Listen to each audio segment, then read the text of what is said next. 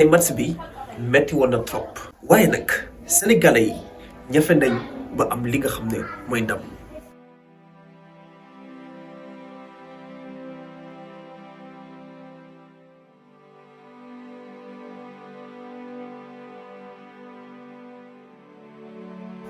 s'il vous plaît Aliou nañ ko bàyyi moom xam na li muy def te itam kenn gënu koo bëgg Sénégal mais nag Sénégal moo demee noonu ñoom daal day baax rek mais bëggul ngay yàq. Ismaïla Sarr moom jàmbaar la moo ngi koy ñàkkante moom dafa bravo mais nag Iliman moom ku fort la li problème bi mooy li muy jot bal moo bëriwul mais bu doon jot bal amaana Sénégal dina gën a am ay occasion pour mën a dugal. non Koulibaly. Sénégal c'est parti avec Idrissa Gueye, la réaction peut-être.